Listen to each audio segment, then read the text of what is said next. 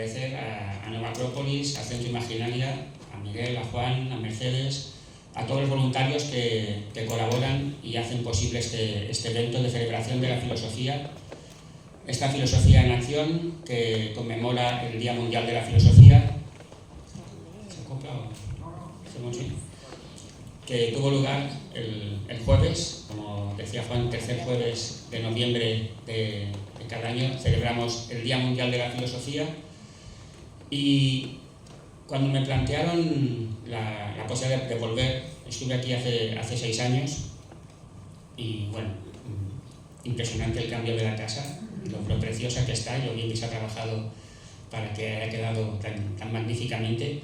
Pues bien, comentaba que cuando me ofrecieron la oportunidad de volver, me dijeron, elige un tema, proponnos un tema, y pensé, bien, algunas consideraciones en torno al escepticismo. ¿Por qué este tema? Pues porque, por un lado, ahora cuando se acerca uno a las librerías encuentra muchos libros sobre estoicismo. Se podría decir incluso que está hasta, entre comillas, un poco de moda, porque todo lo que tiene que ver también con el coaching filosófico, con autoayuda, tira mucho hacia el estoicismo y sin duda en el estoicismo encontramos cosas magníficas, interesantísimas y muy válidas. En Séneca, Zenón, encontramos una inspiración en muchos textos. Pero pensé, ¿por qué no acordarnos también de la línea escéptica y de esa filosofía que nos invita a cuestionar? De hecho, el escepticismo etimológicamente viene de investigación. Pero sabemos que la filosofía escéptica, que arranca con Pirrón en la época helenística y que después tendrá Cesilau, Carneades y otros como grandes exponentes, Sexto Empírico, es una filosofía que nos invita a cuestionar todo aquello que damos como válido, llegando incluso a la conclusión de que nada se puede saber con seguridad. Supongo que cuando Juan antes comentaba aquel profesor que tenía de filosofía antigua, que apuntaba que la filosofía no sirve para nada, porque al final vais a escuchar un montón de teorías de filósofos distintos y os van a liar la cabeza según cómo, de manera que no sé si saldréis más sabios, pero sí que saldréis con más dudas de todo tipo. Y de hecho, uno de los argumentos que se han dado a veces a favor del escepticismo es que muchos filósofos han presentado teorías contrapuestas y, por tanto, como todos ellos son mentes tan preclaras y tan notables, si encontramos tantas teorías seguramente es porque no hay forma de determinar con exactitud, de una manera definitiva, quién está más acertado y quién no tanto, ¿no? ¿Hasta qué punto la filosofía nos lleva a una conclusión escéptica? ¿Hasta qué punto la duda, el cuestionamiento, la sospecha tienen cabida en un pensamiento crítico que quiera ser profundamente filosófico? Un poco la idea de la sesión iba por aquí, plantear algunas cuestiones, algunas consideraciones acerca de cómo nos relacionamos con la verdad, con la búsqueda de la certeza, del conocimiento, pero a la vez con la duda y con la sospecha. Un 16 de noviembre de hace 4 siglos, o sea que justo para el Día Mundial de la Filosofía, pero en 1623, fallecía un filósofo gallego que no es muy conocido, llamado Francisco Sánchez de Sousa.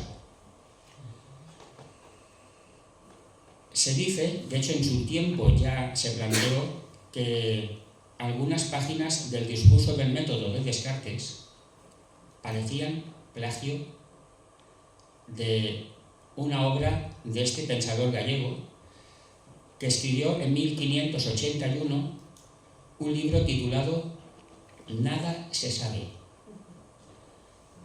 Era filósofo y médico. Estudió en Roma, después ejerció en Francia, estuvo trabajando como médico en Toulouse y allí escribió esta obra, Nada se sabe, que es un libro que tiene algunos párrafos que ciertamente, si coges el discurso del método, hay páginas que se parecen bastante y que ya planteaba una duda al modo que después encontramos en Descartes. Una duda que quiere ser extensiva a todo. Es verdad que Descartes después, en 1641, en sus meditaciones metafísicas, incorpora el elemento de la hipótesis del genio maligno y podemos decir que va un paso más allá, quizás, de lo que había planteado en su día Francisco Sánchez de Sousa. Pero la cuestión de la duda, la cuestión de la certeza, la cuestión de qué podemos saber, qué podemos albergar con seguridad, pienso que es uno de los temas filosóficos que recorren toda la historia del pensamiento, desde la caverna de Platón y si estamos encadenados a una falsa realidad o no, hasta, como decía, Descartes, pero después pasando a la llamada filosofía de la sospecha, expresión con la que Paul Ricoeur bautizó a Marx, Nietzsche y Freud. Y en nuestros tiempos, con mayor motivo quizás, porque estamos en la época, ya desde hace unos años se acuñó el término de la posverdad, y esta posverdad que nos lleva a finalmente poner en consideración incluso ya hasta qué punto podemos confiar en las imágenes o en los vídeos que podamos encontrar por internet, dado que el desarrollo de la inteligencia artificial está permitiendo que puedas ver un vídeo al que le han cambiado la cara a una persona y dé toda la sensación de que aquello es fiable. Claro, en estos tiempos en los que podemos manipular fotografías y podemos manipular vídeos con una precisión impresionante, ¿dónde encontrar la verdad? ¿Dónde poder encontrar puntos de asiento? Bien, acerca del escepticismo, por un lado tenemos la corriente, como decía antes, helenística, que arranca con Pyrrhon, pero que de hecho los cínicos antes ya van por esa línea. Y si se me apura, Sócrates también tendría alguna cosa que decir, ahora comentaré. Pero antes de hacer un pequeño recorrido a través de Sócrates, los cínicos y el pyrrhonismo, un apunte. David Hume, el empirista escocés ilustrado del siglo XVIII, Hume decía que existen dos tipos de actitudes ante el conocimiento. Él distinguía entre la actitud dogmática y la actitud filosófica. Y decía, la actitud dogmática tiene lugar cuando uno decide que determinadas creencias que posee son definitivamente ciertas y por tanto ya no las cuestiona. Eso es verdad y eso es verdad taxativamente y no hace falta darle más vueltas. Eso es así y por tanto eso se asume como dogma. La actitud que Hume consideraba filosófica era la actitud que siempre estaba abierta a cuestionar, a discutir cualquier cuestión sin colocar ninguna de ellas en un pedestal y dar de antemano que aquello es intocable. Bertrand Russell, en galés, como sabéis, siglo XX, bueno, nace en el XIX, pero su filosofía se desarrolla en el siglo XX, decía que la filosofía es un ejercicio de escepticismo, un poco en la línea de Hume. Y quisiera recoger unas palabras que encontramos en la película Ágora. Visto que tenéis aquí una sala Hipatia, está muy bien que nos acordemos también de las mujeres filósofas, y esta extraordinaria astrónoma, matemática, filósofa. Seguro que la película Ágora todos la conocéis. Hay un momento en la película en la que vemos hacia el final que dos de sus discípulos más importantes, uno ya está dentro de las filas romanas como prefecto, otro lo encontramos como arzobispo de Ptolemaida, y los dos van a verla saben que corre peligro y saben que su única manera de salvarse quizás sea convertirse al cristianismo, o al menos decirlo. La van a ver y los dos insisten en que deberías hacerte cristiana, como hemos hecho nosotros. Ella les dice: vosotros ya habéis decidido cuál es la verdad y por tanto no os cuestionáis lo que creéis. Yo debo. Muy escuetamente, ¿verdad? Vosotros ya no cuestionáis lo que creéis. Yo debo. Claro, conecta con lo que decía de la actitud filosófica que señalaba Hume y que señala Bertrand Russell. Ortega y Gasset también es conocido que en sus cursos, cuando comenzaba a enseñar filosofía, decía a sus alumnos que, bueno, se decía a sí mismo y a futuros profesores, decía: cada vez que enseñéis algo, enseñad a la vez a cuestionar aquello que enseñáis. No cojáis las cosas como certezas absolutas. Estad siempre dispuestos a cuestionar todo aquello que se transmite. Sería esa la actitud propiamente filosófica, la actitud que siempre está abierta a cuestionar. Por eso, en ocasiones, encontramos alguna dificultad de encaje ante formas de vivir la religión y formas de practicar la aventura, como veremos más adelante, de la filosofía.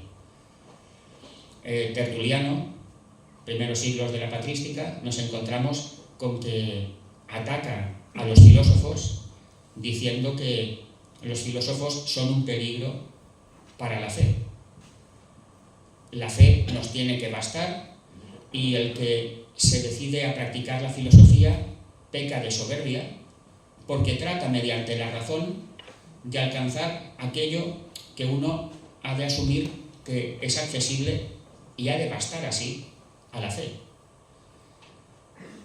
En esa línea nos encontraremos con después pensadores que irán en la línea de la frase del credo qui absurdum. Creo aunque sea absurdo. Nos encontramos en el siglo VIII con Juan Damasceno, que dirá aquella frase de filosofía ancilla theologiae. La filosofía ha de ser sirvienta de la teología. Unos siglos después, cuando Pedro Abelardo se dirige a sus alumnos en París y les explica, por ejemplo, el misterio de la Santísima Trinidad, los alumnos de Pedro Abelardo le decían: pero ¿y esto cómo tiene que entenderse? ¿Cómo puedo creer algo si antes no lo entiendo? Me parece muy bien que se presente como un misterio, pero algo tendré que entender si he de creer en ello, porque si es absolutamente inaccesible en cualquier grado a la razón, cuando digo que creo en algo, realmente en qué estoy creyendo, si no sé exactamente el contenido de la frase. Pedro Abelardo insistía en que por más que haya cosas que únicamente se pueden conocer a través de la fe, la razón tiene que intentar llegar tan lejos como sea posible. Otro señor de su época, San Bernardo de Claraval, no estaba por el tema. San Bernardo de Claraval se fue al Papa y le dijo: oye, que tengo aquí un elemento, este Pedro Abelardo, que insiste en ir demasiado lejos con la razón, y eso no lo podemos tolerar. Es un nuevo Pelagio, un peligro. Bien, preguntándonos a Sócrates. Sócrates nos dice: solo sé que no sé nada. Lo cual, evidentemente, si lo coges al pie de la letra, nos enfrenta a una cierta paradoja o contradicción. Si sabes que no sabes nada, sabes algo, por tanto... Pero bien, sabéis que esta frase aparece en el contexto del juicio, cuando le están diciendo que se las da de sabio sin serlo, y él dice que de ninguna manera. pero que una cosa es cierta, que su amigo Querefonte había ido a ver al oráculo de Delfos y le preguntó al oráculo quién es la persona más sabia. Y el oráculo le dijo, pues es Sócrates. Querefonte vuelve a Atenas, se lo dice a Sócrates. Sócrates dice, pero ¿cómo puede decir algo así el oráculo? Pero si yo solo sé que no sé nada. A partir de ahí comienza una rueda de entrevistas por parte de Sócrates. Se entrevista con las personas más reconocidas de Atenas a ver por qué dicen que yo soy más sabio si yo no me tengo por tal. Y descubre Sócrates en aquellas entrevistas que los presuntos sabios, aquellos que tenían tanto prestigio en Atenas, cuando hablaban de su campo de trabajo, realmente mostraban un conocimiento excelente. Pero cuando la conversación iba abordando otras cuestiones, se habían endiosado tanto, habían adquirido tanta soberbia, que se atrevían a hacer afirmaciones categóricas y rotundas sobre otros temas en los que ya no eran tan sabios. Y Sócrates dice, después de hacer aquella rueda de entrevistas, me di cuenta de que quizás sí que era más sabio yo, pero no porque supiera muchas más cosas, sino porque no presumía saber aquello que no sabía. La humildad que me caracteriza y que me ha invitado siempre a estar atento al conocimiento, al aprendizaje, aquella que te permite avanzar porque te reconoces ignorante, es la que me temo que estas personas no tienen. Por tanto, quizás sí que, sabiendo que no sé nada, esté más cerca de la verdad que estas personas. Como sabéis, nuestra mayor fuente de conocimiento de Sócrates es Platón. Algunos otros discípulos también escribieron sobre él, pero Platón es el que más nos ha legado el pensamiento socrático. Y donde quizás más se mantiene Platón, el mensaje original de Sócrates, es en los diálogos de juventud. La apología de Sócrates, al cual le siguen después Critón, Ión, el Hipias Mayor, Hipias Menor, Menexeno, Laques, Lysis, una colección de diálogos cortitos, donde cada diálogo vemos a Sócrates llevando a cabo un ejercicio de mayéutica. Está con diversas personas, aparece alguna palabra de contenido ético, qué importante la ética, ¿verdad?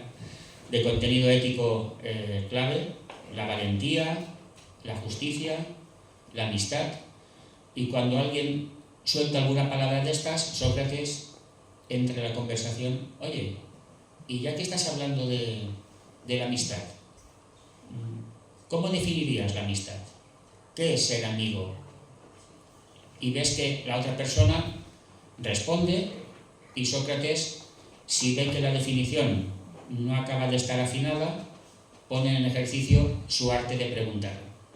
Y mediante únicamente preguntas va haciendo que aquella persona vaya advirtiendo las flaquezas de su definición y entre todos vayan dando vueltas a cómo se puede ir perfilando en qué consiste ese concepto clave que es el que abordan en aquella conversación. Pero ¿qué encontramos en estos diálogos de juventud o diálogos socráticos de Platón? Que finalizan no porque se llegue a la definición perfecta, no porque después de estar un rato hablando ya hemos definido y cerrado qué es la amistad, o qué es la justicia, o qué es el bien. Vemos que acaba la conversación cuando, por motivos, podríamos decir, naturales, ya la hora, el cansancio y demás van acusándose.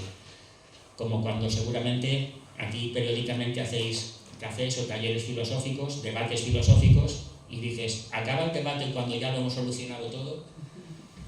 Pues no, acaba cuando resulta que ya va llegando el momento de ir cerrando el acto y el tema a menudo queda abierto con la sensación de que siempre se podría dar un paso más, siempre se podría comentar un poco más, y lo mismo pasa en los diálogos socráticos. Claro, Platón entendía que aquellas conversaciones, si bien no finalizaban con la respuesta definitiva, la definición perfecta, sí que daban lugar a un progreso en la comprensión de aquel concepto. Todo el mundo marcha para casa con la sensación de que ahora sabe más, entiende mejor, comprende mejor aquella cuestión que al inicio de la sesión. Por tanto, ha habido un progreso, ha habido un avance. Es verdad que más tarde Platón, en sus obras de madurez, cuando ya escribe Banquete, Fedón, Fedro, República y las obras de vejez, Timeo y demás, nos encontramos que Platón da el paso de ir no solo a plantear cuestiones, debatirlas y ofrecer discusión, sino a intentar algunas de ellas responderlas del todo. Con todo y con eso, por ejemplo, en la República nos propone un modelo de Estado y en su obra Las leyes de vejez lo reformula y nos presenta otro Estado, al que llaman entonces Magnesia, y vemos que en Magnesia mantiene algunas cosas de las que había dicho en la República, pero otras claramente las cambia. Y Platón, en su obra de vejez, titulada Parménides, igual que este presocrático tan importante, hace algo muy curioso. En su obra de vejez, Parménides, Platón presenta una conversación entre un joven Sócrates, entusiasta defensor de la teoría de las ideas, que sería Platón hace un tiempo, y el viejo Parménides, conversación ficticia, evidentemente, donde Parménides usa la mayéutica contra Sócrates y pone contra las cuerdas, por tanto, al propio Platón.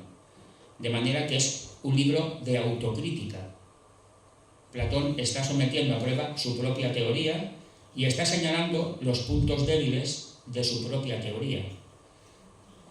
Seguramente motivado por los paseos que daba junto a Aristóteles, cuando Aristóteles ya era profesor de la academia y cuando discutían hasta qué punto la teoría de las ideas se podía sostener.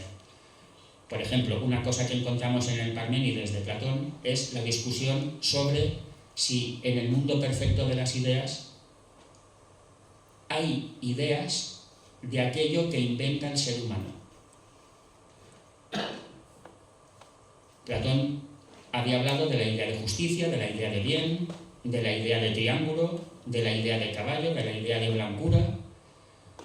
Le pregunta Parménides al joven Sócrates, ¿y habría ideas también en este mundo divino, atemporal, aespacial, perfecto? ¿Estaría allí también la idea de aquello que el hombre va inventando? ¿No? Si lo actualizamos, ¿habría la idea de grapadora? ¿Estaría en el mundo de las ideas? Y ves ahí que Sócrates duda. ¿Cómo voy a meter en el mundo de las ideas la idea de grapadora? Si pongo en el mundo de las ideas la idea de grapadora, tengo que poner en el mundo de las ideas de cualquier cosa que pueda inventar el ser humano. Pero el ser humano puede inventar cosas que no están tan orientadas al bien. La idea de Tamagotchi estaría en el mundo de las ideas. Sí, aquí hay una mano levantada. No, que la propia idea es una idea, es un concepto humano, ¿no? Claro, en Platón, cuando nos habla del mundo inteligible, las ideas son extramentales. Son realidades objetivas, según Platón, que existen independientemente de nosotros, de nuestro pensamiento. Sí que nosotros hoy en día, cuando hablamos de ideas, hablamos siempre de ideas situadas en una mente, y preferentemente en una mente humana. Pero Platón define los arquetipos esenciales, lo que él llama las ideas, eidos, como realidades existentes independientemente de nosotros, con las cuales nosotros tendríamos contacto en el inicio, cuando nuestra alma estuvo en ese mundo divino de las ideas, antes de caer aquí, donde alguna cosa mala hicimos allí, que nos desterró a esta realidad, y por eso nos habla de la posibilidad de la reminiscencia como vía de conocimiento. Pero siempre habla de las ideas como realidades objetivas independientes de nuestro pensamiento, ¿no? Claro, de aquello que inventa el ser humano parecería forzado decir que en el mundo de las ideas ya estaba antes la idea, porque las ideas están jerarquizadas y apuntan hacia la idea suprema de bien o belleza. Claro, aquellas ideas que inventa el ser humano que no parecen en absoluto ir orientadas en esa dirección. Y vemos ahí Sócrates que duda, ¿no? Como también Parménides le pregunta, si en el mundo de las ideas, de todo lo que es genérico, está allí la idea perfecta, también habría en el mundo de las ideas la idea perfecta de maldad, de suciedad, de vicio. Y ves que Sócrates dice, claro, es verdad que el paradigma de la teoría es que si aquí hay ejemplares de algo es porque son copias materiales de la idea perfecta, eterna y divina del mundo de las ideas. Pero claro, la idea perfecta de maldad. Bien, allí veremos, por ejemplo, que Sócrates en el diálogo Platón intenta solventar en este caso esta dificultad diciendo que de todo aquello que es negativo, en realidad no hay propiamente ideas, sino que en el mundo divino de las ideas solamente hay ideas en positivo. Lo negativo sería, por tanto, ausencia o alejamiento de lo positivo. El mal tiene lugar cuando uno se aleja tremendamente de lo que es el bien, pero no habría, igual que podemos decir que el frío es ausencia de calor, ¿no? En esa línea. Pero comento esto porque incluso, aunque pueda dar la sensación de que Platón en algunas cuestiones ya se atreve a querer cerrar un tema determinado, por ejemplo, cuál sería el gobierno perfecto, y nos hace una propuesta determinada, Platón mismo en su vejez era capaz de revisar, de cuestionar, de poner en duda algunas de las ideas que antes le habían parecido definitivas y abrir el debate de nuevo, ¿no?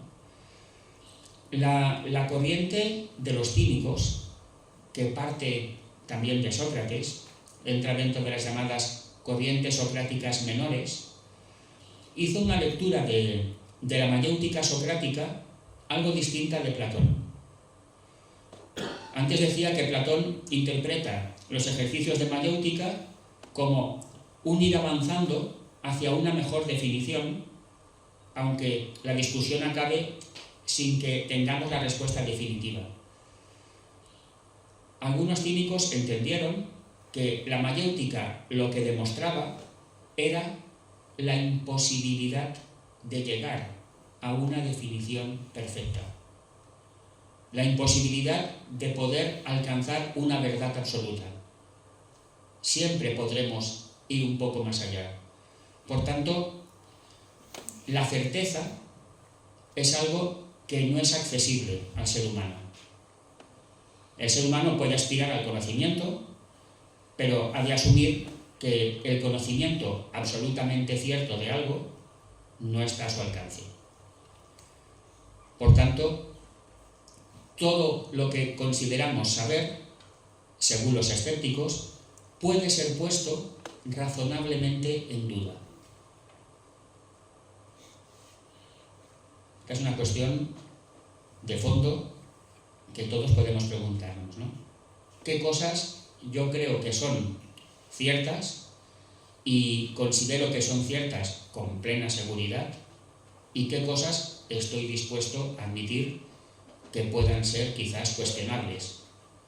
De nuestras creencias, ¿cuáles damos por absolutamente válidas? Y esto sí que sé que es así. Para mí esto es sé, no es creo, es lo sé. ¿Y qué cosas uno diría, pues mira, en esto yo admito que creo que es así, pero claro, según los escépticos, nada, como dice el título del libro de Francisco Sánchez de Sousa, nada se sabe. O sea, nada es absolutamente seguro. Claro, los cínicos entienden la filosofía sobre todo como una forma de vida y desafiaban las convenciones de la época. De hecho, conoceréis que la palabra cínico viene de perro y eran como una especie de hippies en aquella época. Y la gente, como veía que hacían de todo en la calle, decía, pero es que estos son como perros. Así que los llamaban, mira, ahí van los perros. Tela el concepto, ¿verdad? Y de Antístenes, y sobre todo del que más tenemos anécdotas es de Diógenes de Sinope. Por lo visto iba por el mercado y a veces se vanagloriaba de ir señalando lo que había en distintos puestos y diciendo: hay que ver cuántas cosas que no necesito. Bien, eran muy singulares, sin duda, pero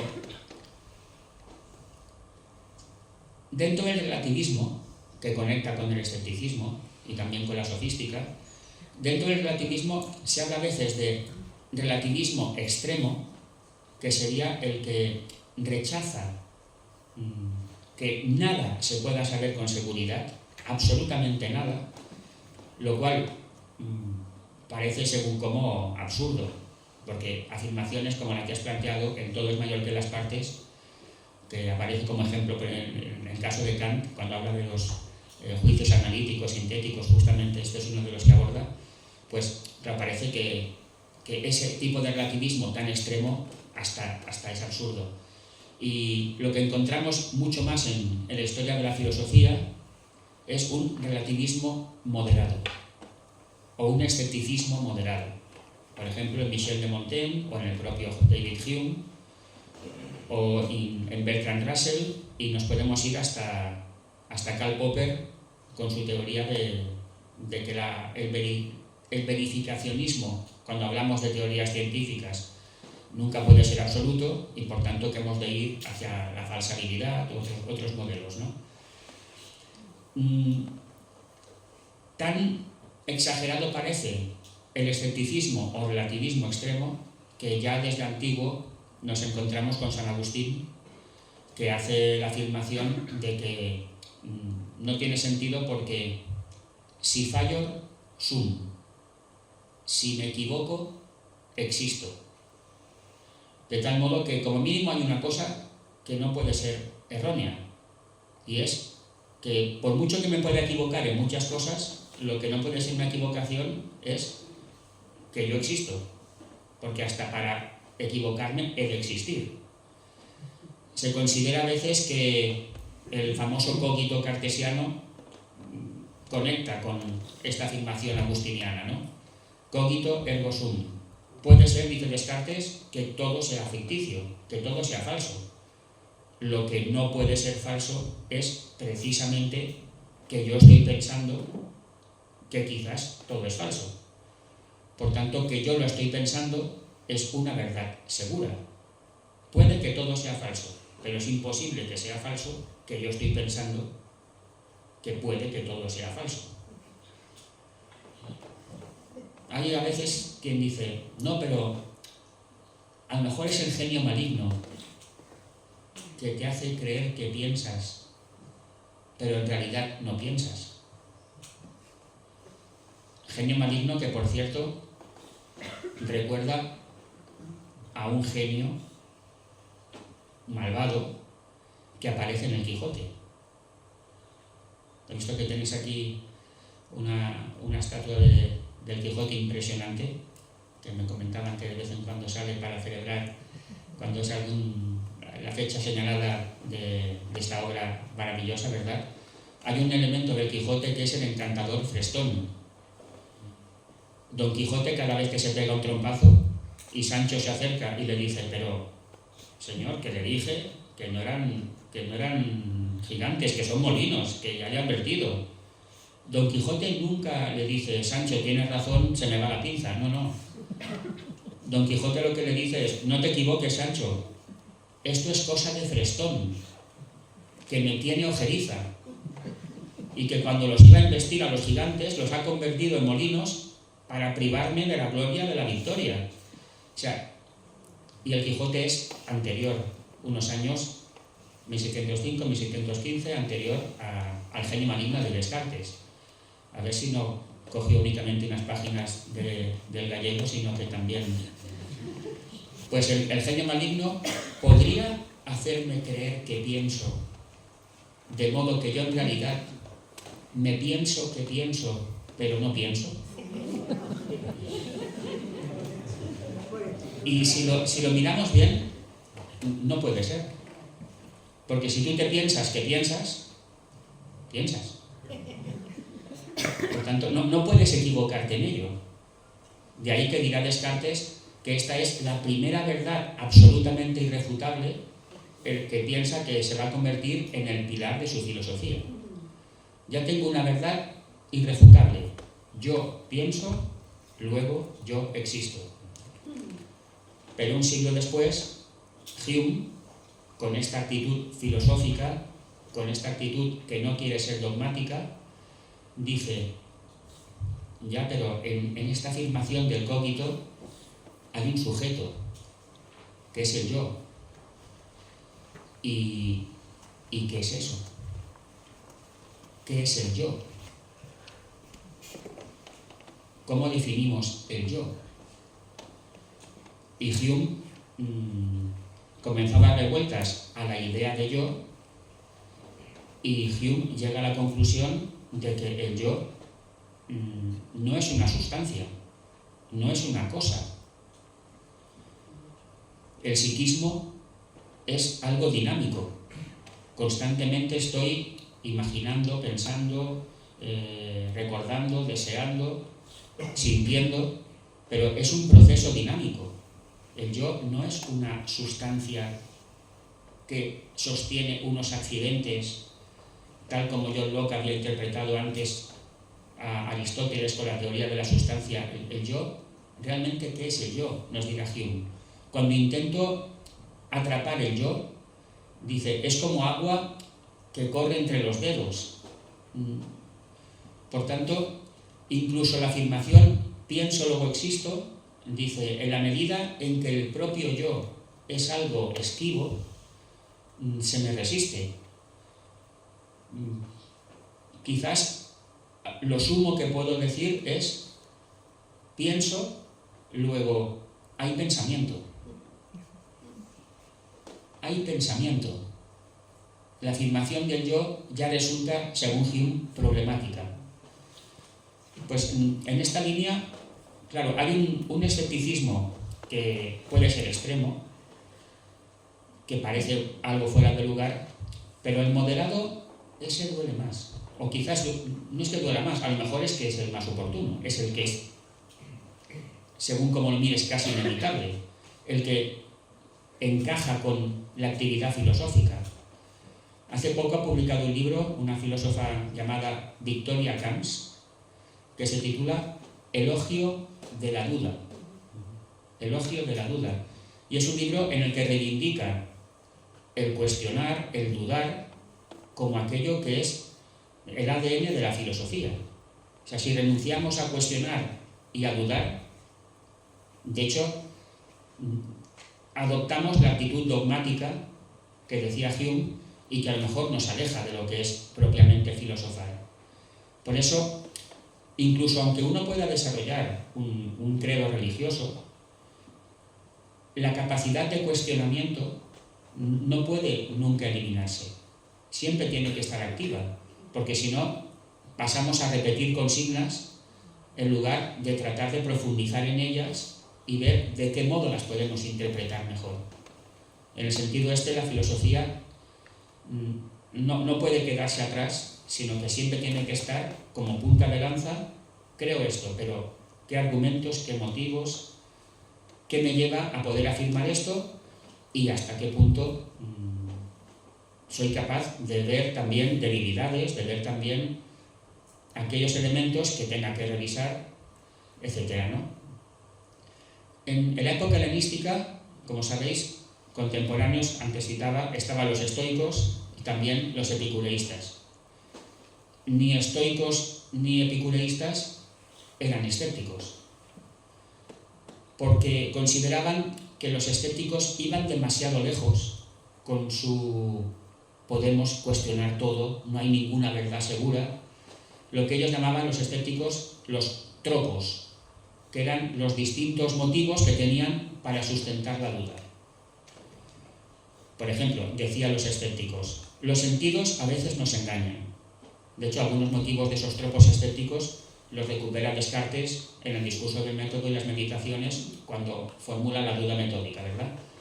Pues estos tropos escépticos clásicos, helenísticos, uno de ellos iba en la línea de los sentidos no son 100% fiables. Uno puede tener una alucinación, puede encontrarse mal y ver algo que no está, puede tener un espejismo. Los sentidos no son una fuente de conocimiento 100% fiable. Por tanto, todo aquello que captamos mediante los sentidos puede siempre ser puesto razonablemente en duda. ¿Qué decían al respecto estoicos y epicureístas? Decían, no. Si se dan condiciones óptimas de observación, aquello que captamos mediante los sentidos puede perfectamente asumirse como conocimiento. Claro que los sentidos algunas veces fallan, pero porque los sentidos alguna vez se puedan equivocar, eso no justifica que tengas que poner en duda cualquier información que en cualquier momento puedas captar a través de los sentidos. Si se dan las condiciones óptimas de observación, los sentidos son 100% fiables. ¿Cuáles son esas condiciones óptimas de observación que permiten garantizar absolutamente que lo que ves es real? Pues según estoicos y epicúreos, si el objeto que estás viendo está próximo, hay buena iluminación, solo has tomado un café con leche y ninguna cosa que pueda alterar tu conciencia o visión, no hay ningún elemento que interfiera, afirmar hay una botella encima de la mesa es algo que puedes asumir como una verdad indubitable. Por tanto, claro que si ves algo lejos y además está un poco borroso y llevas horas con un sol intenso, pues puedes confundirte y decir, ostras, me parecía que veía ahí una palmera, pero si las condiciones son como las que estamos relatando, dudar de que aquí hay un vaso no tiene sentido. Los sentidos nos permiten establecer verdades y a partir de estas observaciones que garantizan la verdad, podemos construir otras verdades de otro tipo. Pero los escépticos dicen, muy bien, pero ¿cómo sabes que no te han echado algo en el café con leche esta mañana? Quizás pueda parecer muy forzado, pero estamos hablando de poder afirmar algo con la certeza absoluta de que aquello es cierto, de que no hay posibilidad ninguna de error. Pensando en la película de Una mente maravillosa, aquel matemático, ¿verdad?, que padece esquizofrenia y que tiene visiones, y vemos en la película que él podría ver aquí sentada ahora una persona con la misma nitidez con la que estamos viendo la botella. ¿Cómo sabes que no estás ante tu primer brote esquizofrénico que no reconoces como tal, porque hasta ahora nunca te había pasado? Uno mira, hombre, a ver, si te pones así, claro, al final es que voy a poder dudar de todo. Eso es lo que queremos decir, que podemos dudar de todo. Y si podemos dudar de cosas tan básicas como estas, pues de aquello que es mucho más abstracto. ¿Y qué pasa con las verdades racionales? El todo es mayor que las partes, ¿no? La razón no es infalible, la razón también es limitada. La del ser humano, por lo menos, es una razón muy limitada. Por tanto, aquello que la razón da como evidente, de hecho, las evidencias racionales, no todo el mundo está de acuerdo con ellas. Y durante muchos siglos, para todo el mundo, casi todo el mundo, parecía muy evidente que el Sol giraba en torno a la Tierra. No es casualidad, claro, que Descartes surgiera y adquiriese la popularidad que adquirió. Estaba en la época propicia. La revolución científica estaba cuestionando buena parte de lo que los científicos y filósofos habían afirmado sobre el universo durante siglos y más siglos. El microscopio y el telescopio estaban ampliando la visión de la realidad de forma que se comenzaba a descubrir, por ejemplo, la existencia de las bacterias. Y veían que en una gota de agua había multitud de elementos, de manera que si durante tantos siglos hemos dado por válido todo esto y ahora descubrimos que las cosas son muy diferentes, ¿cuántas otras verdades no caerán? A ver si al final resultará que estamos en Matrix. De hecho, la duda cartesiana, la posibilidad de finalmente llevar esa duda escéptica a un plano radical, donde mejor se ha registrado es en el cine y la literatura de los últimos 50 años. En 1974, un filósofo americano, Robert Nozick, publicó un libro titulado Anarquía, Estado y Utopía. Anarquía, Estado y Utopía. Y en ese libro, Nozick nos dice que imaginemos la existencia de una máquina de simulación virtual de última generación, la llama la máquina de las experiencias, en la cual, cuando tú te colocas dentro, te colocan 50.000 sensores por todas partes, de manera que cuando tú abres los ojos, la percepción que tienes es indistinguible en calidad de imagen y de todo de la que tendrías ahora mismo. Nozick plantea esto como un experimento mental y de hecho preguntó a miles de estudiantes universitarios norteamericanos si en el caso de que se inventase una máquina así y te garantizasen que una vez estés dentro, la simulación que vas a vivir va a ser maravillosa, si aceptarías colocarte dentro de una máquina de estas y pasar el resto de tu vida dentro de la máquina, borrando de la memoria que has entrado. Se supone que la tecnología de ese momento ya permite hacer máquinas así y borrar de la memoria que has firmado el contrato conforme quieres entrar en la máquina el resto de tu vida. De tal manera que te garantizan que vivirás experiencias fantásticas, pero que tú no sabrás que son una simulación. De hecho, la idea de Nozick es que cuando comienza la simulación, como controlamos tu entorno perceptivo dentro de la máquina, comenzarías sin darte cuenta de que estás dentro de la simulación, porque todo lo que verías, personas, lugares y demás, serían los que tú ya ahora estás viendo cada día, para que no captes el cambio. Pero como manejamos todos los hilos nosotros, programamos la máquina de manera que a partir de este día, todo lo que te vaya a ir pasando va a ser bueno para ti. Bueno, algún día algún tropiezo, para que así, claro, si tú eres de un equipo y gana cada semana 5-0, al final no va a tener gracia. De vez en cuando encajará algún gol y de vez en cuando perderá algún partido para que así, pues el día que gana te puedas todavía alegrar, ¿no?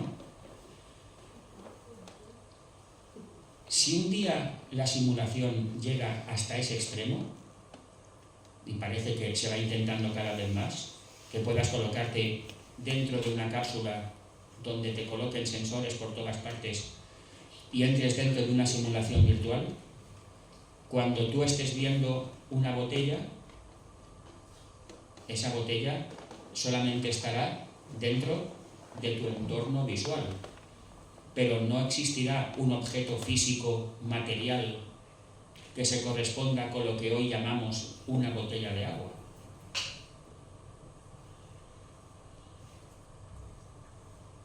En 1981, unos pocos años después, otro filósofo americano, Hilary Putnam, publica un libro titulado Razón, Verdad e Historia, y tiene un capítulo que se titula, con interrogación, ¿cerebros en una cubeta? Y en este libro Putnam hace la pregunta de ¿podría ser que en realidad nos hubieran conectado nuestro cerebro a un potente ordenador, de modo que todos los estímulos que recibe nuestro cerebro viniesen de una máquina, pero de tal manera que el cerebro ve, oye, percibe un mundo que es ficticio? De hecho, todo esto son como planteamientos 2.0 o 6.0, si queréis, del genio maligno de Descartes. Solo que el genio maligno ahora se ha vuelto tecnología de última generación. ¿Podemos estar seguros de que no somos cerebros en una cubeta? De que no estamos... De hecho, Matrix parte de aquí. Matrix se estrenó en 1999. La primera, luego la segunda y la tercera, que las hicieron a la vez en el 2003. Y de la cuarta no hace falta hablar. Un estropicio. Pero la primera, que es la realmente interesante, las hermanas Wachowski se inspiraron en estos filósofos. De hecho, hubo una mujer llamada Concepción Pérez García que ganó un premio nacional de educación con su libro Filosofía y Matrix. Y fue por toda España dando cursos y conferencias. ¿Podría ser que estuviéramos en Matrix? ¿Podemos poner en duda incluso la existencia real del mundo que percibimos? ¿Puede el escepticismo cobrar una nueva dimensión ante planteamientos de este estilo? Yo estoy seguro de que nadie aquí toma en serio que pueda estar dentro de una máquina ahora mismo recibiendo estimulación artificial sin saberlo, porque en su día te conectaron y quizás te conectaron desde que naciste o firmaste un contrato y dijiste, pues quiero entrar ahí. Pero a pesar de que estamos todos convencidos de que eso no está pasando, ¿tendrías un argumento convincente y definitivo que justifique que es imposible que sea así? Porque si no puedes demostrar que no estás en Matrix, a ver si es que estás. Si uno dice, esa máquina de la que habla Nozick, aún falta mucho para que la tecnología sea capaz de hacer una máquina así. Por tanto, sé que no estoy dentro de esa máquina porque esa máquina aún no se ha inventado. O eso te hemos hecho creer. A lo mejor la ficción en la que estás viviendo simula un mundo tecnológicamente más atrasado para que tú no sospeches que en realidad sí que estás dentro de una simulación. Y si creías que no es posible que estando dentro de la simulación aparezca un personaje y te diga esto, es que era para ver cómo reaccionabas. O sea, estamos tan seguros de que no te vas a creer que estás en la simulación que hemos hecho para ti, que hasta te lo decimos, estás dentro de una simulación, porque sabemos que no te lo vas a creer.